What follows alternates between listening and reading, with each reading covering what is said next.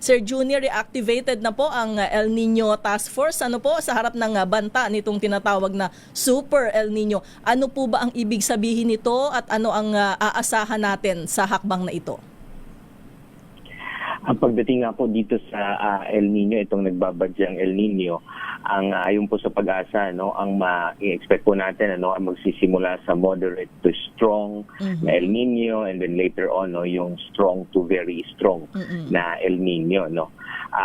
Dito po ang impact po kasi dalawang tinitingnan dito. Unang-una po, ito pong El Nino sa first part, no, lalo ngayon habagat na po, palalakasin niya po yung habagat. Yun yung unang-unang impact na tinitingnan. So hindi porket El Nino ang titingnan lang po natin ay yung tagtuyot kagad, no. So yung weather conditions sasabay ito dahil nga po palalakasin niya itong habagat po, lalo kahapon nagpalabas na po ang pag-asa na official na po, nasa season na tayo noong habagat or the southwest monsoon.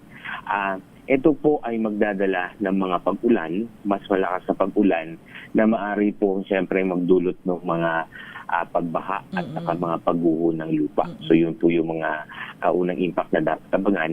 And then later on naman po, later part of the year hanggang sa first part of the 2027, ayun naman pong mga tagtuyot, kulang na ang ulan, at saka tag-init naman po hanggang sa next year. So yun po yung dalawang impact po na dapat abangan. Kaya nga po ang mga gobyerno magmula nung nagpalabas ang pag-asa ng El Nino Watch, and then later on itong may El Nino Alert, meaning mas mataas na talaga yung chance na talagang mangyayari siya.